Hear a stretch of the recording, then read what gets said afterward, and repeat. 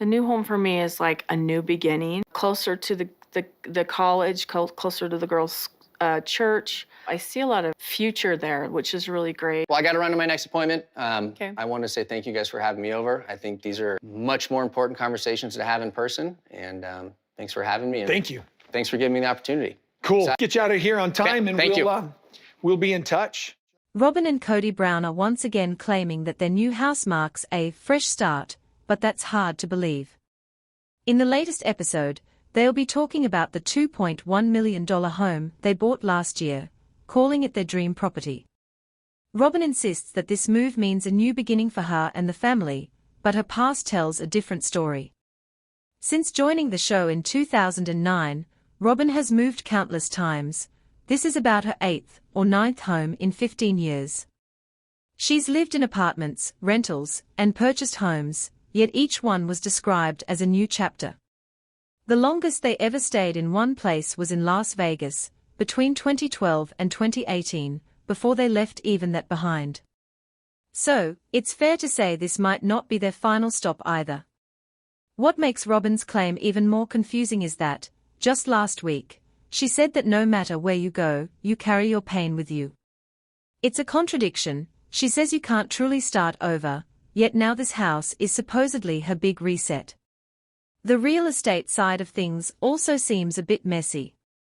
Their agent represented both the seller and the buyer, meaning they earned commission from both ends. The house itself has a strange history too. It's been bought and sold multiple times since being built in 2002. In just the past few years, it's had 5 different owners, which is not normal for a luxury home in Flagstaff. The property sits in a quiet-looking neighborhood, but there's a big catch. It's located right next to an active cinder mine called Sheep Hill. This mine digs up volcanic rock for construction materials and landscaping. The issue is that this kind of mining creates clouds of dust and debris that float through the air, causing noise and air pollution. Many nearby residents have complained for years about the dust settling on their homes, irritating their lungs, and lowering property values. Despite knowing this, the Browns chose to buy a home less than a quarter-mile from the mine. Ironically, this is the same couple who once claimed they needed to isolate themselves because Robyn was prone to pneumonia, and their son Solomon had serious respiratory issues as a child. The house might look peaceful on camera, surrounded by trees and open land, but the air quality tells another story. The mine releases fine volcanic dust that contains minerals and silica, which can irritate the lungs and worsen breathing conditions like asthma or bronchitis. Winds in that area blow directly toward the neighborhood, so dust often ends up coating houses, cars, and outdoor furniture. The Browns' home was originally painted a light color, but is now dark, possibly to hide the red dust that sticks to everything. Over time, homes that close to the mine tend to lose value and suffer from maintenance issues due to constant exposure.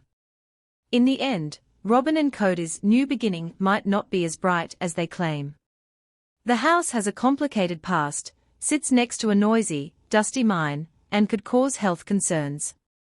For a family that has moved so many times and insists on privacy and safety, this choice seems more like another temporary stop than a lasting home. Long-term breathing of the dust near the mine can cause serious health problems. People who live close to the cinder pits risk developing breathing conditions such as COPD, which stands for chronic obstructive pulmonary disease. Even people who don't work in mines can have lung or heart problems if they are exposed to this kind of air for years. The danger is much higher for children, the elderly, or anyone with asthma or immune system issues. Those who live within a half-mile to a mile from the mine or along the trucking routes are affected the most. Because Flagstaff is often windy and dry, the dust spreads far and settles on everything, even inside homes. Even when residents close their windows, the fine particles can enter through air vents and HVAC systems. Many homeowners near the mine must use special air filters and get their ducts cleaned often just to breathe clean air indoors. Some people have reported seeing reddish dust gather near their air returns, showing how deep the particles travel inside. So, while the area may look peaceful and lovely from the outside, it's actually very harmful to the lungs of anyone living there. The house Kody and Robyn Brown bought has a troubling history.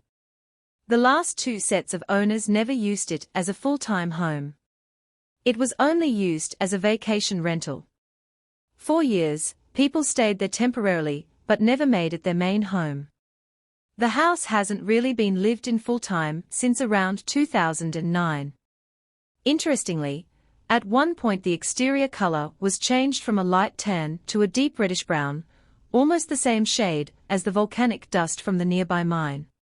This seems like an attempt to hide how much of that red dust collects on the house's surface. Kody and Robyn thought they were buying their dream home, but it's not what it seems. They said they wanted more room for their family, but the design is poorly planned. The main part of the home is about 5,500 square feet, but most of it is open living areas, large rooms, and kitchens. There are only 4 real bedrooms inside.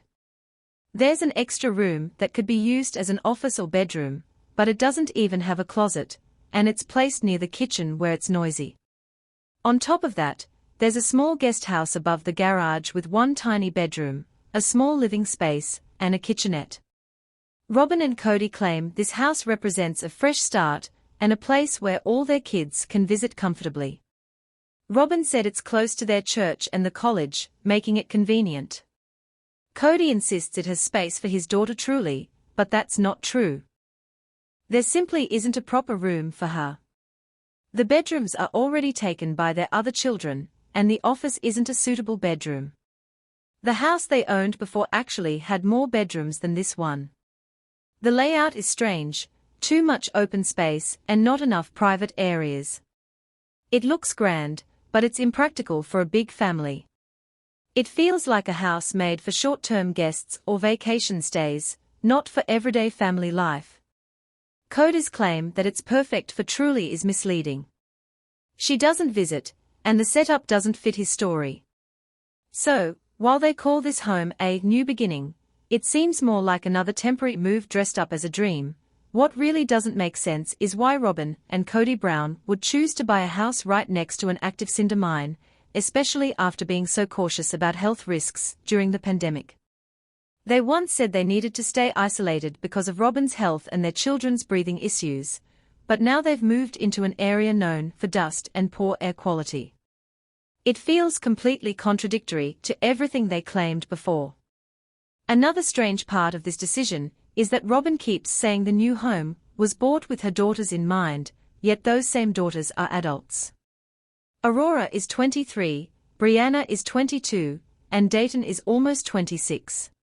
These are not little kids anymore. They are the same age that Kody's other sons, Gabriel and Garrison, were when he tried to force them out of his house.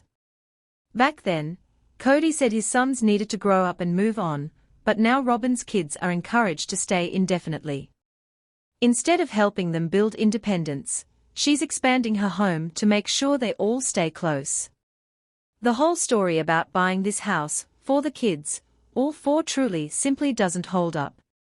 Kody and Robyn have repeatedly said they wanted a home that could give Truly her own space, but the truth is that there isn't a proper room for her there. It sounds more like an excuse to make their purchase look caring and family-focused for the cameras. In reality, it's just another made-up storyline meant to keep viewers invested. It also seems odd to buy a huge, expensive house for children who will likely move out within a couple of years. Both daughters are at college age and will probably want their own lives soon. Spending millions on a property that doesn't fit long-term family needs feels irresponsible. What's more, they chose a location that could actually make Robyn's health worse. The mine nearby creates dust and particles that affect the air, which could be dangerous for someone with breathing problems. Robyn and Kody often talk about wanting peace, stability, and a new beginning, but their choices don't match those words. Instead of simplifying their lives, they've bought a high-maintenance home in an unhealthy environment, all while pretending it's a dream come true. It's hard not to see the pattern. They move often, justify it with emotional stories, and then leave again when things go wrong. Honestly, it feels like history repeating itself. Robyn will probably start complaining about the air quality or noise, and within a few years, they'll be looking for another place. This new house seems less like a home, and more like another temporary stop in their long list of moves. So, when you hear them describe it as a fresh start, or a place made for the kids, take it with a grain of salt. The story doesn't add up, and their past actions tell a very different truth. Leave a comment below, give this video a thumbs up, and make sure you subscribe to my channel if you haven't already. Don't forget to hit the bell so you never miss an update.